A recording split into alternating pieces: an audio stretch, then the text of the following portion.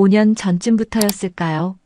남편의 절친, 그리고 그의 아내가 특별한 날도 아닌데 장어나 복분자, 스태미너에 좋다는 음식들을 자꾸 보내오기 시작했습니다. 처음엔 그냥 성의련히 했죠. 절친이니까 뭐 그럴 수도 있겠다 싶었습니다. 그러던 어느 날 전화 한 통이 걸려왔어요. 안녕하세요. 은혜 씨 잘 지내시죠? 남편 절친의 아내 혜숙이었습니다. 아, 네. 안녕하세요. 안 그래도 감사 전화 드리려던 참이에요. 별 말씀을요? 장어는 입에 맞으세요? 아, 그게 오늘 저녁에 먹으려고요. 아, 그러시구나. 오늘 꼭 경수 씨랑 맛있게 드세요. 통화가 끝나고 나서 뭔가 기분이 묘했지만 그땐 대수롭지 않게 넘겼습니다. 그때는 몰랐어요. 내 남편의 모든 욕구를 해소해주는 여자가 바로 그 해숙이라는 걸요. 그날 이후로 이상했어요. 장어, 복분자, 전복, 인삼주. 그 여자는 꼭 그런 것들만 골라보냈죠. 하필이면 남편이 지쳐 보일 때마다요. 처음엔 단순한 호의라고 생각했습니다. 하지만 언젠가부터 남편의 표정이 달라졌어요. 늦은 귀가가 잦아지고 옷에는 향수 냄새가 배어 있었습니다. 그때부터였어요. 그 여자의 말들이 자꾸 떠올랐던 게 그게 그냥 인사가 아니었다는 걸 너무 늦게 알아버렸죠. 결국 그날 밤 남편의 휴대폰 속에서 박 실장이라는 이름을 봤습니다.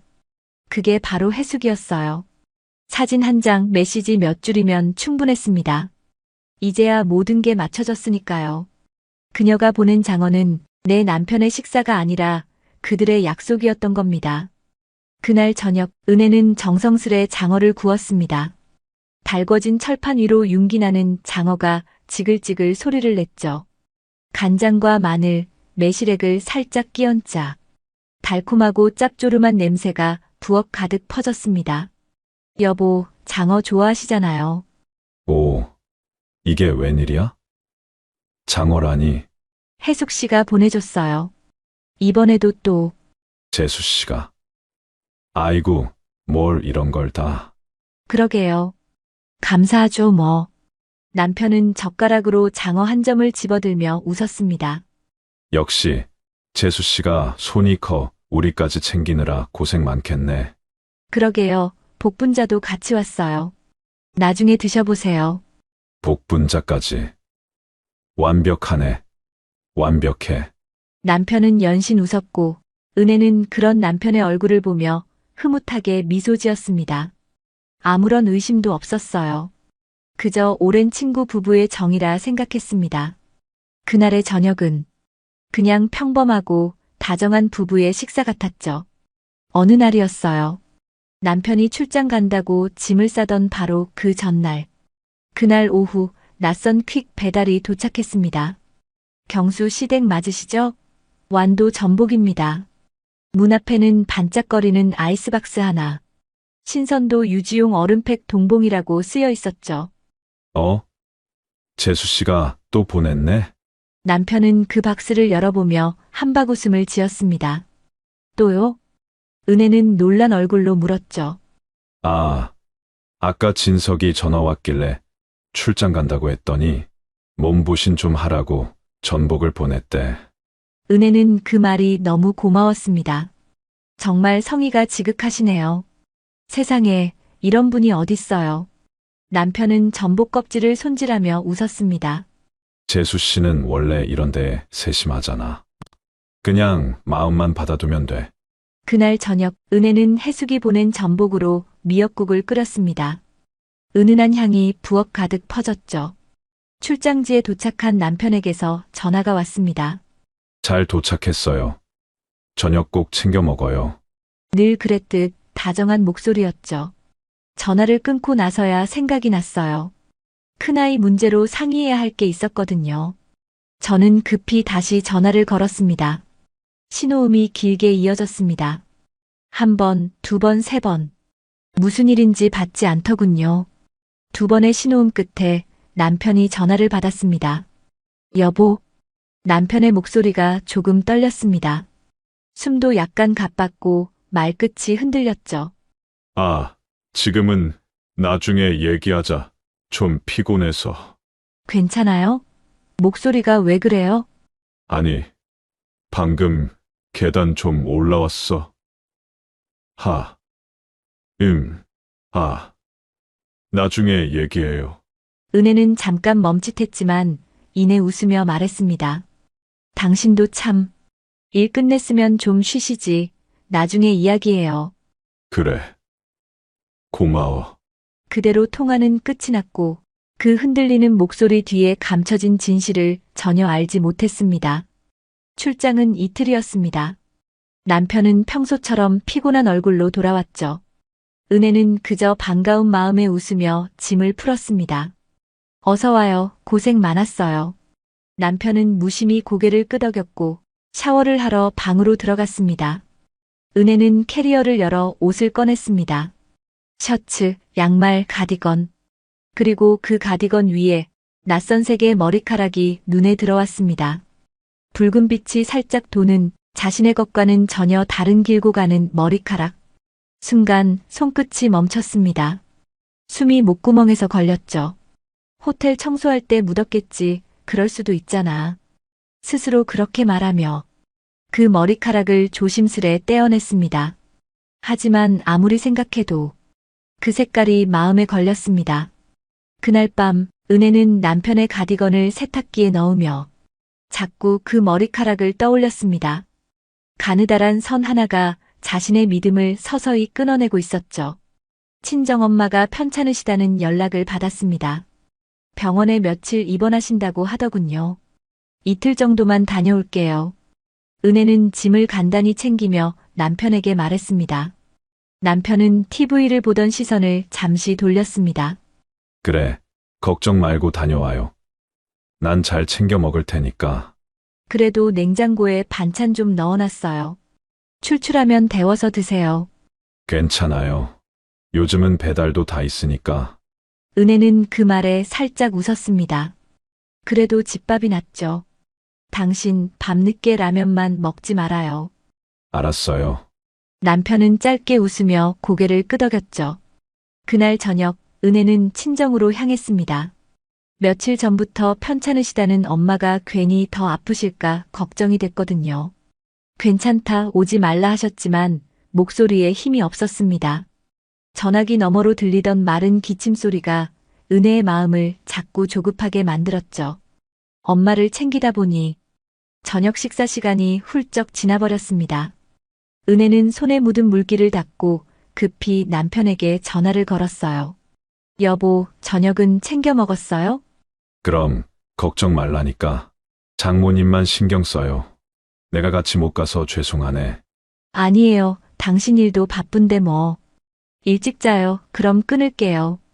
은혜는 부드럽게 인사하며 전화를 끊었고 화면은 통화 종료로 바뀌었죠. 하지만 그날따라 전화가 완전히 끊기지 않았습니다. 잠시 후 남편의 낮은 숨소리가 그대로 이어졌습니다. 이제 됐어. 응. 괜찮아, 안 들려? 조용한 정적 속에서 무언가 옷깃 스치는 소리, 숨을 참는 듯한 간격이 들렸습니다. 오늘따라 더 좋았어. 그 말 뒤로 짧은 숨소리만 이어졌고 곧 모든 소리가 사라졌습니다. 누군가에게 말을 건네는 듯 했지만 작게 웃는 숨소리 외엔 아무 말도 들리지 않았습니다. 은혜는 고개를 저었습니다. TV 소리겠지, 드라마라도 보고 있나 보다. 그렇게 스스로를 달래며 휴대폰을 식탁 위에 내려놓았습니다. 이틀 만에 집에 돌아오니 공기가 어쩐지 낯설었습니다. 익숙해야 할 냄새가 조금은 다른 향으로 바뀌어 있었죠. 장모님은 좀 어떠셔? 많이 나아지셨어요. 이틀밖에 안 비웠는데 집이 썰렁하네요. 남편이 슬며시 다가와 은혜의 어깨에 손을 올렸습니다. 고생했지. 이제 좀 쉬어. 먼지 쌓였네요. 청소 좀 해야겠어요. 은혜는 자연스럽게 몸을 돌렸지만 남편은 뒤에서 천천히 그녀를 끌어안았습니다. 그만 좀 움직여. 그냥 잠깐만 이렇게 있어. 은혜는 그 품속에서 익숙한 온기 대신 낯선 냄새를 느꼈습니다. 피곤하시죠? 씻고 쉬세요. 괜찮아. 그냥 보고 싶었어. 남편의 손끝이 은혜의 손을 감쌌다. 은혜는 잠시 머뭇했지만 이내 그 손을 놓지 않았다. 그 오랜 거리감이 잠시 좁혀진 순간 은혜의 마음속엔 묘한 안도감이 피어올랐다. 방 안에는 숨소리만 남아 있었습니다. 길었던 거리감이 잠시 잦아들고 은혜는 그 온기를 믿고 싶었습니다. 그래, 아직 나를 원하잖아. 괜한 의심이었나 보다. 남편의 손이 느리게 이불 위로 떨어졌습니다. 은혜는 그 손끝을 바라보며 가만히 숨을 고르던 찰나 어제도 오늘도 최고네. 그 한마디가 공기 속에서 미묘하게 울렸습니다. 순간 은혜의 눈이 천천히 떠졌습니다. 아무 말도 하지 못한 채 그저 남편의 옆 얼굴을 바라보았습니다. 남편은 이미 잠든 듯 고른 숨을 내쉬고 있었죠. 하지만 은혜의 눈은 깨어 있었습니다. 그 한 문장이 방 안을 식혀버렸고 그녀의 마음속 어딘가가 조용히 부서져 내렸습니다. 잠이 오지 않아 은혜는 조용히 거실로 나왔습니다. 불을 켜지 않은 채 물 한 잔을 따라 천천히 마셨습니다. 창밖에선 새벽 공기가 스며들었고 집안은 이상하리만큼 고요했죠. 냉장고의 미세한 진동음, 시계 초침이 딱딱 하고 넘어가는 소리만이 은혜의 귓가를 채웠습니다. 그렇게 거의 잠을 이루지 못한 채 아침이 밝았습니다. 남편은 아무 일 없는 사람처럼 출근 준비를 마치며 웃었습니다. 다녀올게. 밥 잘 챙겨 먹어요. 은혜는 힘겹게 웃으며 고개를 끄덕였습니다. 남편이 나간 뒤 은혜는 천천히 침실로 들어가 이부자리를 정리했습니다. 시트를 털어내던 손끝에 가느다란 실오라기 같은 무언가가 걸렸습니다. 햇살에 반사되어 번쩍이는 붉은빛 머리카락 한 올. 은혜는 그 머리카락을 조심스레 집어들었습니다. 가볍고 부드러웠지만 그 무게는 견딜 수 없을 만큼 무거웠습니다. 그녀의 눈동자가 미세하게 떨렸습니다. 가디건 위에서 봤던 그 머리카락과 똑같은 색이었습니다. 시간이 멈춘 듯 고요했지만 은혜의 귓가엔 아직도 어젯밤 남편의 목소리가 메아리 쳤습니다. 그날 하루 종일 은혜의 머릿속은 멈추지 않았습니다. 아니야, 설마. 그럴 리가 없지. 말도 안 되는 상상이라고 스스로를 다독였지만 그 생각은 자꾸만 형태를 바꿔 다시 떠올랐습니다. 가디건의 머리카락, 침대 위의 붉은빛, 그리고 남편의 말 한마디. 어제도 오늘도 최고네. 그 말이 머릿속을 계속 맴돌았습니다. 은혜는 견딜 수가 없어 휴대폰을 손에 쥐었습니다. 메신저를 열었죠. 남편 절친의 아내, 해숙.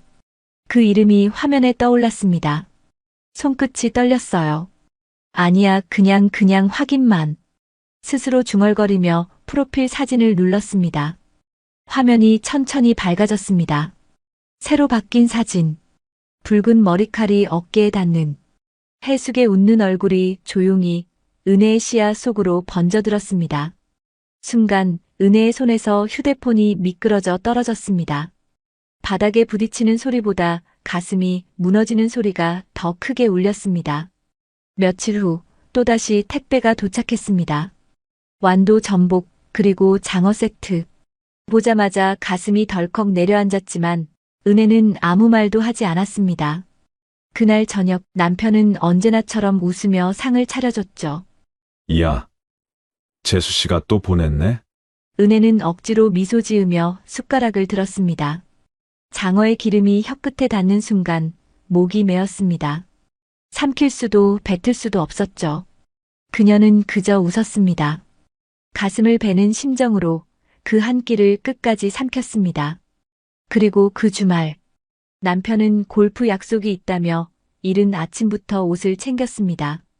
은혜는 아무 말 없이 그의 뒷모습을 바라봤습니다. 점심 무렵 남편이 몰고 나간 차를 멀찍이 따라붙었습니다. 고속도로를 벗어나 도시 외곽으로 그리고 한 호텔 앞. 남편의 차가 서서히 진입로로 들어가고 조수석에 앉은 누군가의 실루엣이 햇살에 잠깐 비쳤습니다. 가슴이 철렁 내려앉았습니다. 손끝이 얼어붙은 채 은혜는 휴대폰을 꺼내 전화를 걸었습니다. 신호음이 몇 번 울리더니 전화를 돌린 듯 했고 메시지 하나가 왔습니다. 현재 통화 중이거나 업무 중입니다. 급하신 용무는 문자로 남겨주세요. 은혜는 휴대폰을 쥔 채 한참 동안 아무 말도 하지 못했습니다. 차 안의 공기가 묘하게 무거웠습니다. 그저 시선만 호텔 입구 쪽으로 고정된 채 시간이 흐르는 게 느껴지지 않았습니다. 심장 소리만 또렷하게 들렸죠.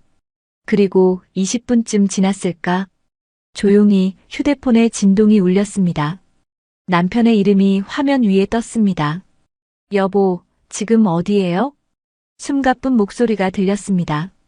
운동 중이었지, 아이고. 오랜만이라 숨이 좀 차네. 왜? 무슨 일 있어? 은혜는 아무 말도 하지 못했습니다. 그 한 문장으로 충분했으니까요.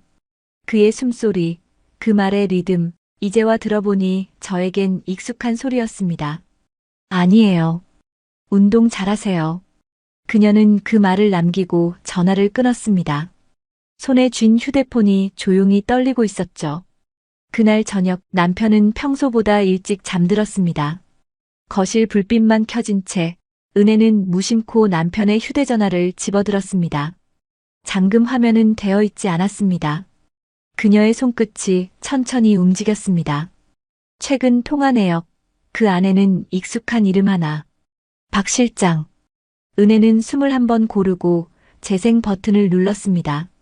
잠시의 정적 후 남편의 목소리가 흘러나왔습니다. 낮고 다정한 그녀가 너무 잘 아는 그 음성. 응, 통화 괜찮아. 목소리만 들어도 당신 덕에 불끈불끈하지. 보람있네? 그 맛에 내가 당신 챙기지? 은혜의 눈동자가 흔들렸습니다. 그나저나 장어는 잘 먹었는데 이거 얼른 써먹어야 되는데. 남편의 말에 그녀는 부끄러운 듯 웃으며 대답했습니다. 그놓고 애먼 곳에 써먹는 거 아니지? 아이고, 알면서. 은혜는 휴대폰을 천천히 내려놓았습니다.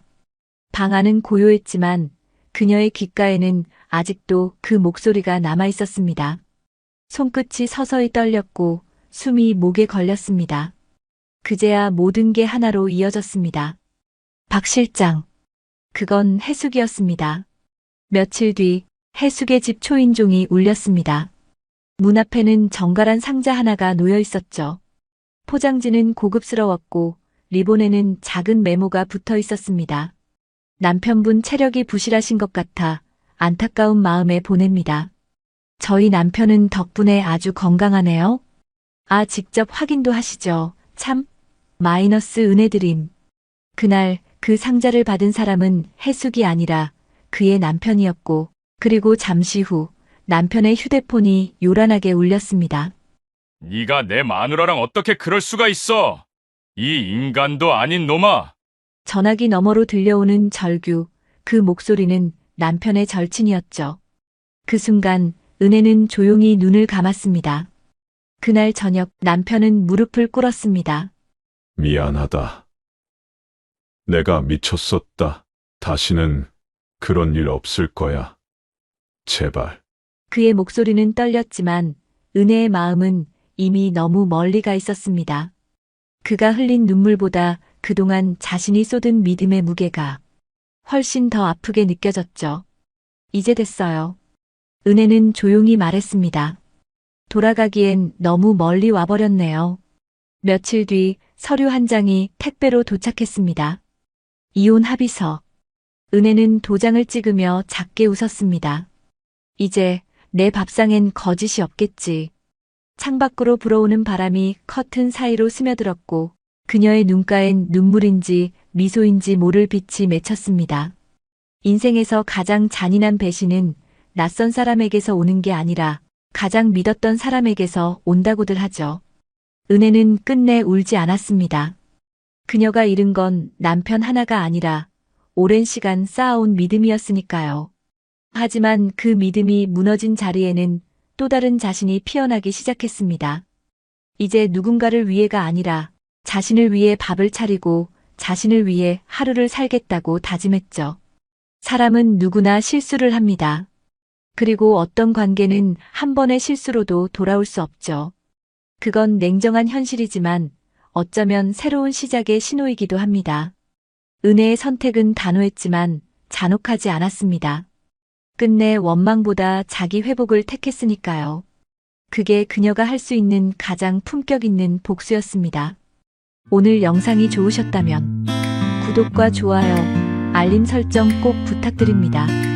여러분의 작은 관심이 저에게는 정말 큰 힘이 됩니다. 오늘 이야기에 대한 여러분의 생각도 댓글로 들려주세요. 감사합니다. 감사합니다.